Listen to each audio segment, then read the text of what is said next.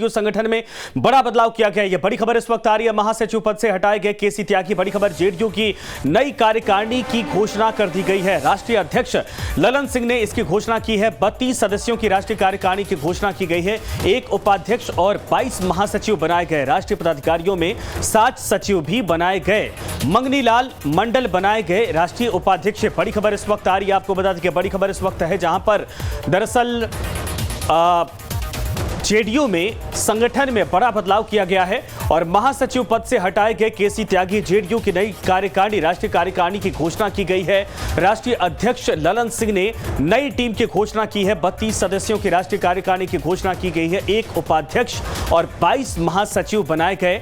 राष्ट्रीय पदाधिकारियों में 7 सचिव भी बनाए गए हैं, शामिल किए गए। मंगनी लाल मंडल बनाए गए राष्ट्रीय उपाध्यक्ष। यह बड़ी खबर इस वक्त आ रही है। जनता दल यूनाइटेड में बड़ा फेरबदल संगठन के स्तर पर किया गया है और महासचिव पद से बताया जा रहा है कि केसी त्यागी को हटा दिया गया। जेडीयू की नई राष्ट्रीय कार्यकारिणी की घोषणा कर दी गई है। राष्ट्रीय अध्यक्ष ललन सिंह ने इसकी घोषणा की है। टीम की घोषणा कर दी है। 32 सदस्यों की राष्ट्रीय कार्यकारिणी की यह घोषणा की गई है।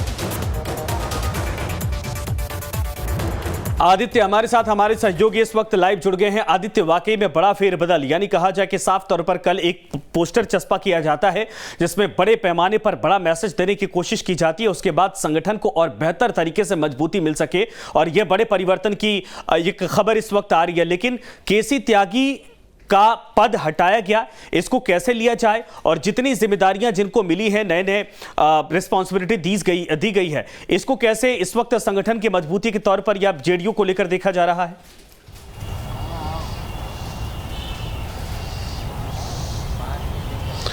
देखिए समझे, जैसे ही राष्ट्रीय कार्यकारिणी की गठन का घोषणा किया गया, ललन सिंह के अलावे जो कास्ट कॉम्बिनेशन को ध्यान में रखते हुए जदयू की जो राष्ट्रीय कार्यकारिणी बनाई गई है, राज्य कार्य समिति बनाई गई है, उसमें बिहार सरकार से मात्र एक जो मंत्री है संजय झा, उनको जगह दी गई है। इसके अलावे सबसे चौंकाने वाली खबर यह है कि जो केसी त्यागी हैं, जो राष्ट्रीय महासचिव थे, उनको इस बार वहाँ पर जगह नहीं दी गई। उनके बदले में राष्ट्रीय महासचिव की भूमिका रामनाथ ठाकुर, जो कर्पूरी ठाकुर के बेटे हैं, उनको दी गई है। इस बार जो जगह दी गई है जिसमें 5 मुसलमानों को, जो 32 सदस्यीय कमेटी बनाई गई है, उसमें 5 मुसलमानों को जगह दी गई है। इसके अलावे 4 सवर्ण, 2 यादव, 8 कोयरी कुशवाहा, 6 अति पिछड़ा, 2 महादलित। इसके अलावा उत्तर प्रदेश से जो केसी त्यागी उत्तर प्रदेश से आते थे, उनके जगह पर धनंजय सिंह को पार्टी ने सचिव का पद दिया है। तो एक तरह से देखा जाए तो जेडीयू इस बार 2024 की तैयारी में अभी से जुट गई है और पूरी तरीके से वैसे पुराने चेहरों को, जो पार्टी में वर्षों से काम करते आ रहे थे और जिनको पार्टी में बड़े पदों पर जगह नहीं मिल पा रही थी, वैसे लोगों को जगह दी गई है ताकि जो कास्ट कॉम्बिनेशन है बिहार का, उसको ध्यान में रखते हुए ये जगह दी गई है। लेकिन सबसे बड़ी बात है कि आखिर केसी त्यागी से को जो पार्टी की दिल्ली में एक लॉबी चलाते थे, इसके अलावा जो भी राष्ट्रीय मीडिया में बैठ करके पार्टी का पक्ष रखते थे, उनको जगह नहीं दिए जाने का कारण ये बताया जा रहा है कि आपको याद होगा कि कुछ दिन पहले केसी त्यागी जब पटना आए थे, जब राष्ट्रीय परिषद की बैठक हुई थी, उसके बाद उन्होंने 2 बार बयान दिया कि 2025 में भी नीतीश कुमार के नेतृत्व में ही चुनाव होगा और नीतीश कुमार ही जदयू के चेहरा होंगे। उन्होंने पार्टी के विलय को लेकर के पहली बार खंडन किया था।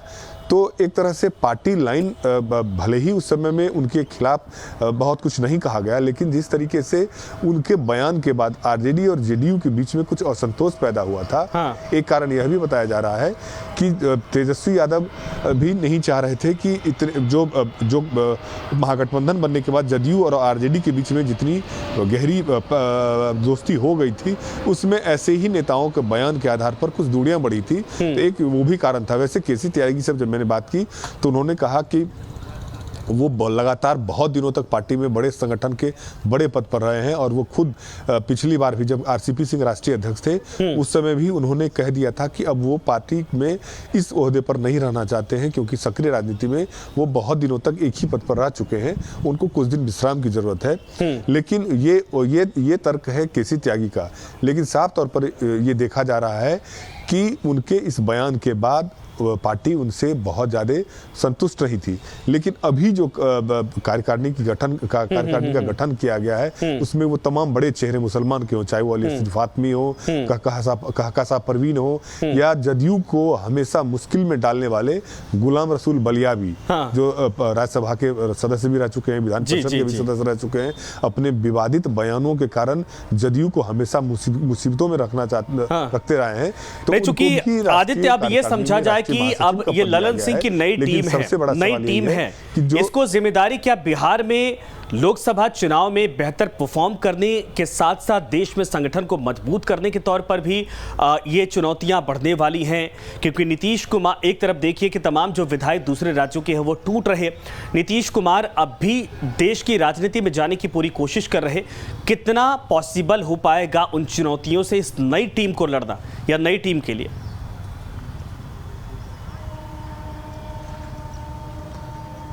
देखिए संजय, ये जो पूरी कमेटी बनी है उसमें अधिकांशतः लोग ललन सिंह के माने जाते हैं। उनमें वैसे नेता भी हैं माफ कीजिएगा, वैसे नेता हैं जो बहुत दिनों तक पार्टी में संगठन के ऊंचे पद पर नहीं थे। उनको इस बार तरजीह दी गई है क्योंकि बदली हुई परिस्थिति में महागठबंधन के बनने के बाद, और जिस तरीके से उपेंद्र कुशवाहा आम लोगों के बीच, जदयू कार्यकर्ताओं के बीच में जाकर के फिर से वो 90 के दशक की याद दिला रहे हैं कि नीतीश कुमार फिर से वो जो जिस संघर्ष से बिहार को उबारने की कोशिश की गई थी, उन्हीं के नेतृत्व में फिर से सत्ता सौंपने की तैयारी कर रहे हैं। तो जदयू के सामने में सबसे बड़ी चुनौती थी कि उनका जो परंपरागत वोट बैंक था, लव और कुश का, कोयरी और कुर्मी का, उसको किस तरीके से बचा के रखा जाए। यही कारण था कि 6 कोयरी और कुर्मी समुदाय के जो बड़े नेता हैं उनको कमेटी में जगह दी गई है। पिछड़ा वर्ग से दिया गया है, यादव से भी दिया गया है, और अभी जितने बिहार सरकार में जदयू कोटे के मंत्री हैं उसमें मात्र संजय झा हैं जो ब्राह्मण कोटे से आते हैं, उनको जगह दी गई है। तो एक तरह से कहा जा सकता है कि जातीय संतुलन को बैठा पूरी तरीके से साध कर 2024 की तैयारी के तौर पर इसको देखा जा रहा है। बिल्कुल सही आपने आदित्य कहा। बने रहिए हमारे साथ। ये बड़ी खबर इस वक्त आ रही है कि जेडीयू में संगठन में बड़ा फेरबदल, और केसी त्यागी का हालांकि उनको जिस जिम्मेदारी पे पहले थे उससे मुक्त कर दिया गया, लेकिन सवाल ये कि नई टीम जो बनी है वो कितनी आगे पार्टी को, संगठन को मजबूत करने में सफल हो पाती है।